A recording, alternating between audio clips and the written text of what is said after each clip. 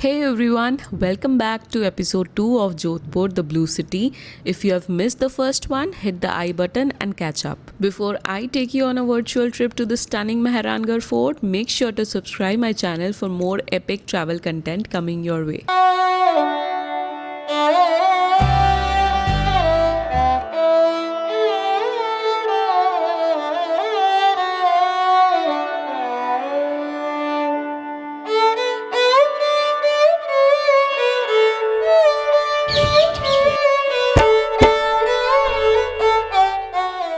Hi, my name is Diya and you're watching My Getaway Stories. Welcome to a new episode from the Blue City or the Sun City, Jodhpur, and I'm standing right inside Mehrangarh Fort.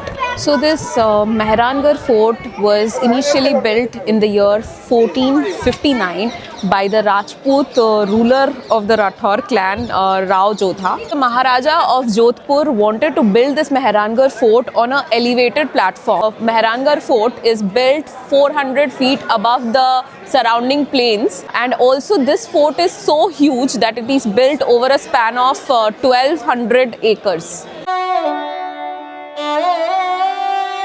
Entry to Mehrangarh Fort costs Rs 200 per Indian adult, and if you want to take the one-way elevator to the top, it's 50 rupees extra. So Mehrangarh Fort was chosen to be built on a hill which was initially known as Bhakur Chidiya, which means mountain of the birds. And this hill was chosen particularly because of its natural defensive benefits.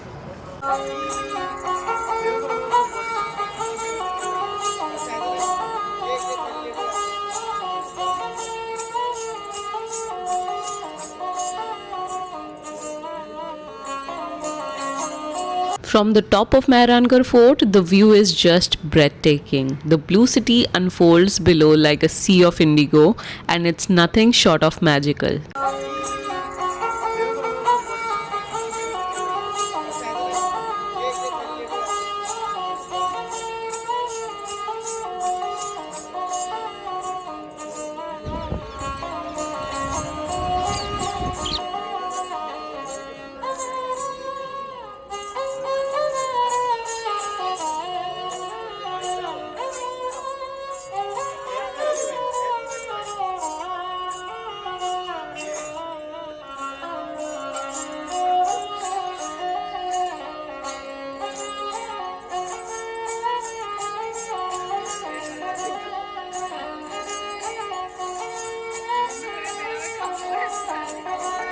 This fort has several gates including Jaipol, Fatehpol and Lohapol. This palki that you see behind me is all gold polished.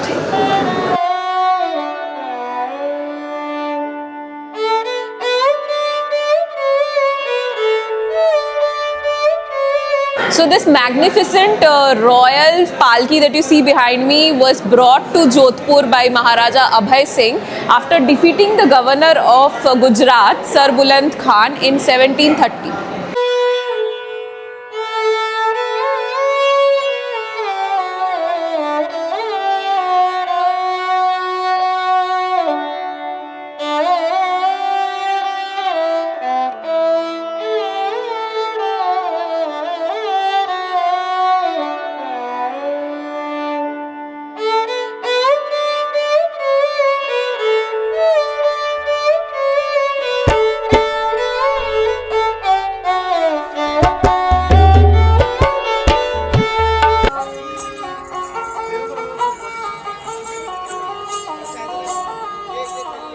This is literally the Dodhari Talwar of Maharaja Ajit Singh.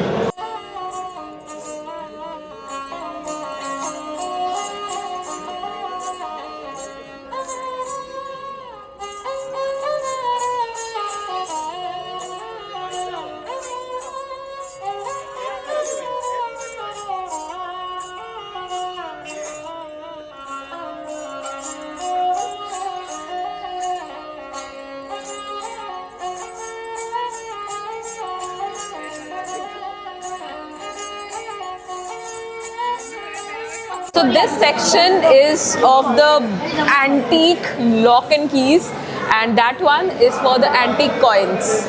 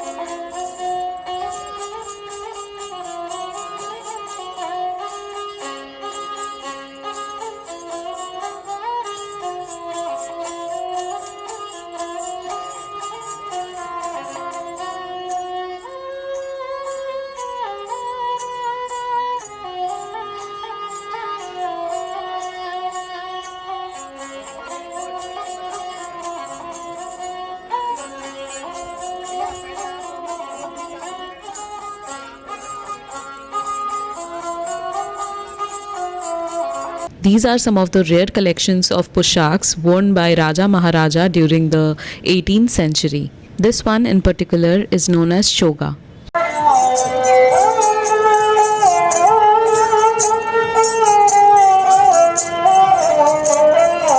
Railways were introduced in India in 1853 and in Marwar in 1882. This exquisite model of the railway station and train are carved out of ivory and symbolize Raika Bagh, the first railway station of Jodhpur. Pali and Marta were the cities of Marwar where most of the ivory work was done. There were also craftsmen who were making toys for the royal children of Marwar and other states. The silver buggy and ivory car and the jeep were examples of the finesse of art prevalent in 19th century Marwar. This that you see is called mugdars or ladies' dumbbells, proving the ranis or princesses used to work out during those times as well.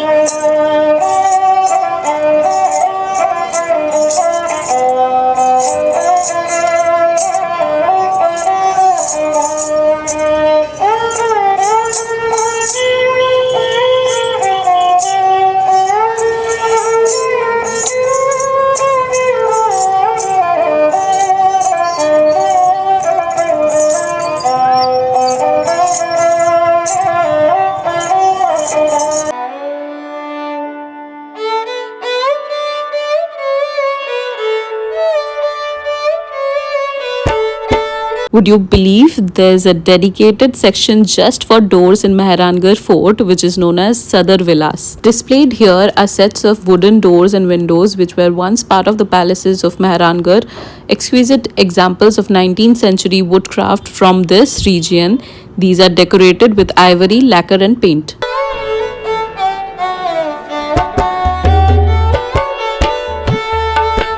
Jhanki Mahal is a space built by Maharaja Takht Singh in the 1860s.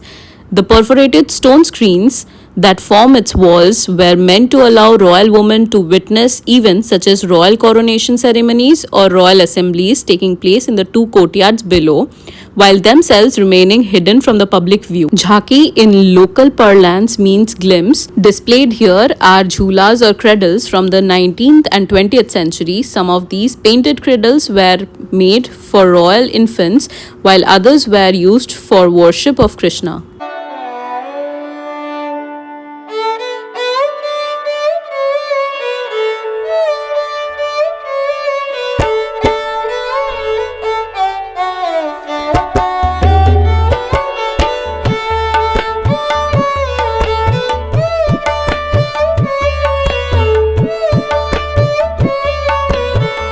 This is the Sheesh Mahal of Mehrangarh Fort, which was used as a private chamber for royal women, combining beauty and serenity.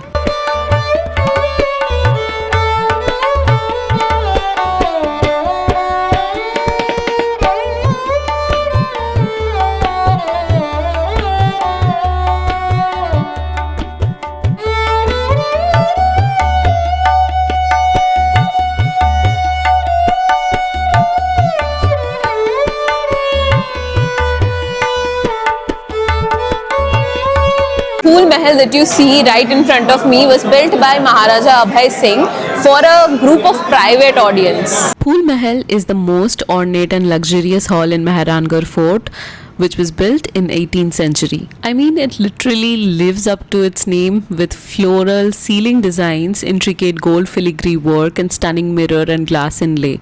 It was meant for music, dance and entertainment where only the elite were allowed.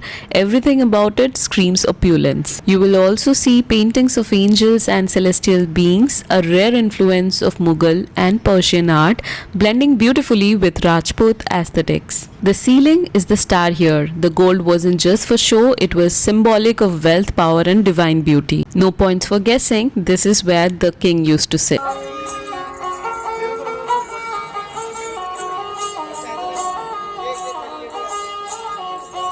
वो 36 राग और रागिनी है, कौन सी कब बजेगी उसी हिसाब से पीछे ग्लास लगा हुआ है। अम्ब्रेला वाली जगह राजा, इधर उधर उनके सामंत लोग। This part came out to be so beautiful that they used this kala dhaga as a kala tika.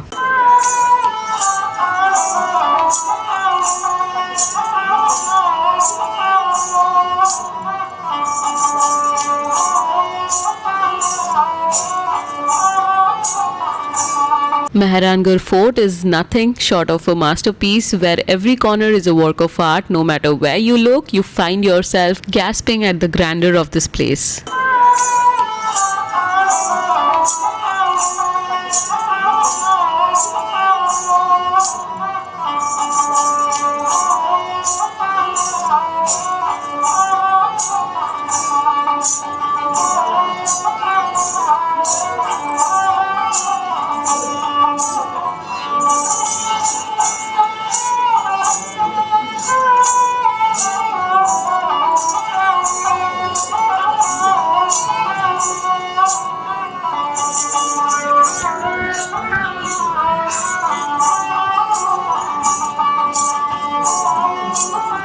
Mehrangarh Fort continues to be a testament towards the rich cultural heritage of Rajasthan, standing as a proud sentinel over Jodhpur, offering breathtaking views of the Blue City.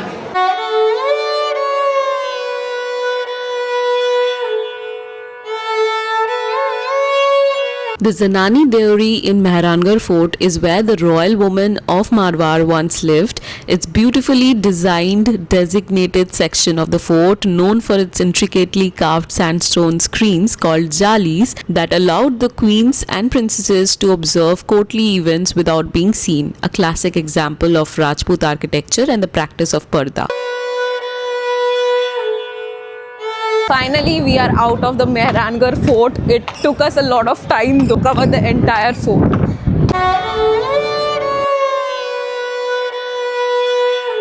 One just can't disagree that Ravan Hatta playing in the background just hits different. The haunting, soulful sound echoing through the ancient walls of Mehrangarh adds this whole layer of mystery, grandeur, and timeless charm. It's like the fort is whispering stories of centuries ago, giving you chills in the best way possible.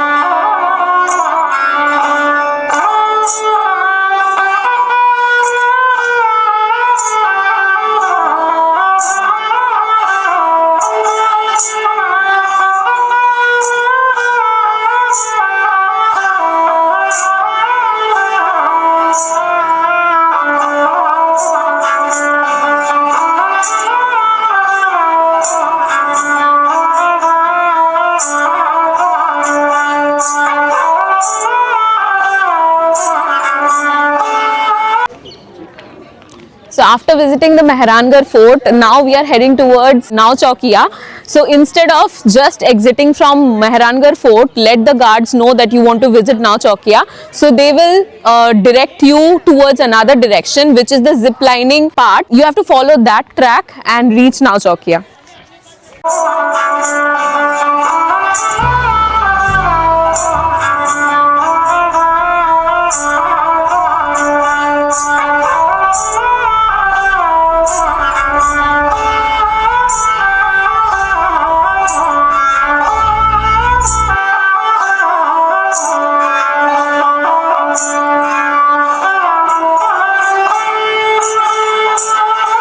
Since we are standing in Nau Chowkiya, let me give you a little history about this place. So all the blue colored houses that you see here are of the Brahmins of this particular area. Just to distinguish their houses and caste, they used to color their houses blue. There are several other reasons of coloring these houses blue. First being the Brahmin reference. Second is a spiritual significance where some believe the blue color is associated with Lord Shiva, who is often depicted in blue. Since Jodhpur has a strong Shivayat influence, the color became spiritually symbolic. Third, Jodhpur gets really hot. The indigo tinted lime plaster helps keep home cooler by reflecting sunlight, especially during the blazing desert summers.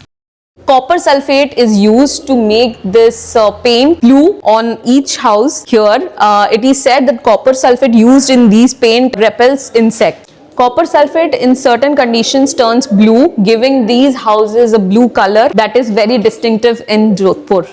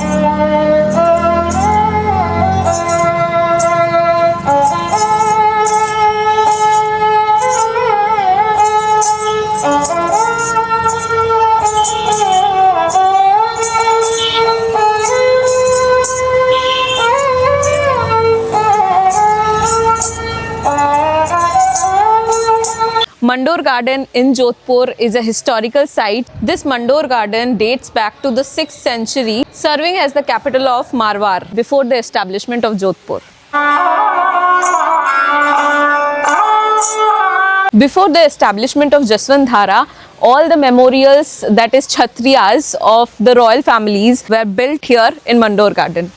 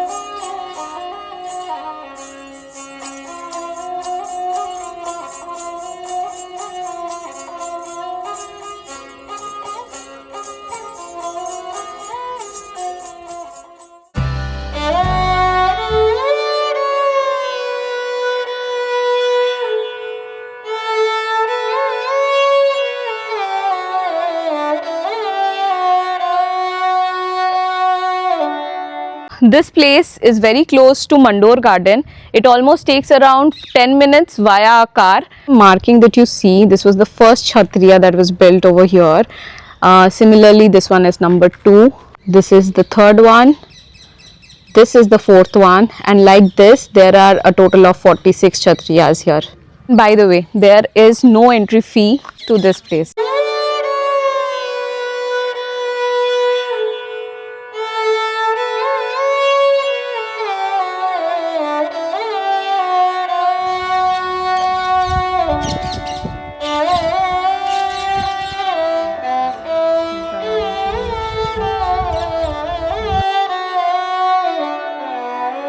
The royal family of Jodhpur have a lot of Kshatriyas, it seems. So the first one being this place, which is Panchkund ki Kshatriya.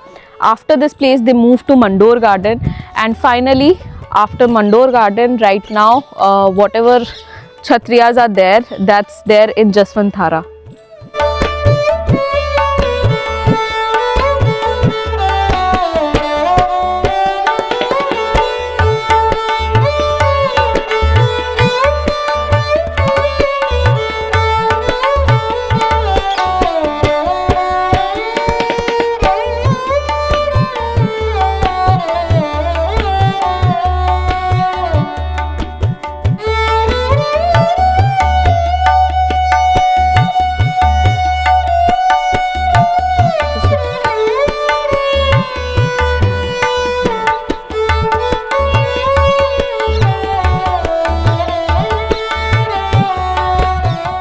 I personally loved this place because this is not very touristy. I don't see a lot of tourists over here, and I think it's very quiet and peaceful. So I would really recommend, if you're coming to Jodhpur, have this place in your itinerary. Today we checked into another beautiful property called Hanumant Niwas in Jodhpur. Staying at this property has a lot of perks. The vibe here is super peaceful, the owner is incredibly humble, and it's a great budget-friendly stay. Just 1.8 kilometers away from Gulab Sagar, yet tucked away from the city's hustle. Ours was room number 22, but all the rooms here are very aesthetically decorated with all tidy washrooms and very huge rooms. All the rooms here have veranda options or a small balcony option depending on which one you take, but the view is going to be breathtaking from all of them. As you can see, the room has a huge king size bed that can accommodate up to 3 adults. It has AC, which we did not require at all, a sitting area, all the amenities that one can ask. They have a TV, a huge mirror, a beautiful chair also, aesthetic. kettle, tea coffee kit, cups, bottles. Very antique looking, beautiful wardrobe.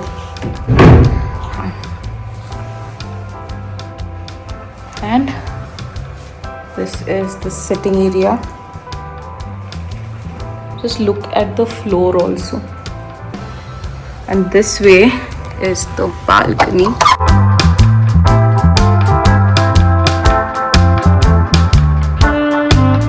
Pink skies of Jodhpur. Very, very aesthetic. Love this day.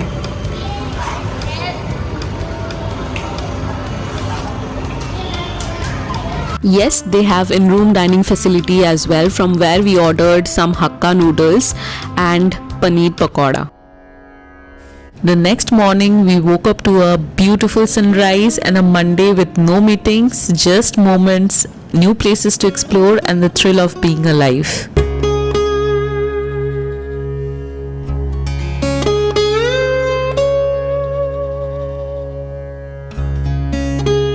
We started for Jaisalmer, but before that we wanted to visit one last place in Jodhpur, which is the Kalyana Lake. It is a tranquil man-made reservoir created in 1872 by Maharaja Pratap Singh. Spanning an area of 0.84 square kilometer, the lake serves as a vital source of drinking water for Jodhpur and its surrounding areas.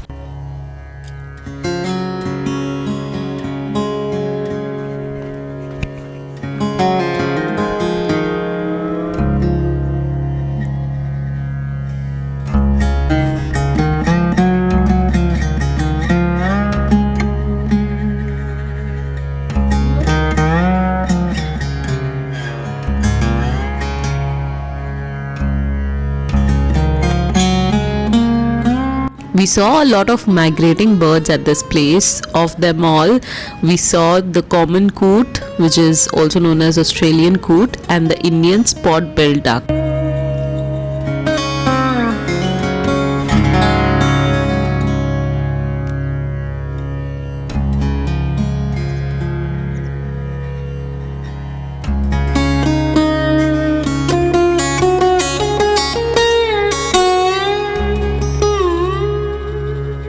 So by fluke we have come to the backside of Kalyana Lake, and I think it's much more peaceful than the touristy spot of Kalyana Lake, and you can see so many birds over here. I think I love this part of the lake, and this lake is huge, by the way. Now we are heading towards the actual tourist spot for Kalyana Lake.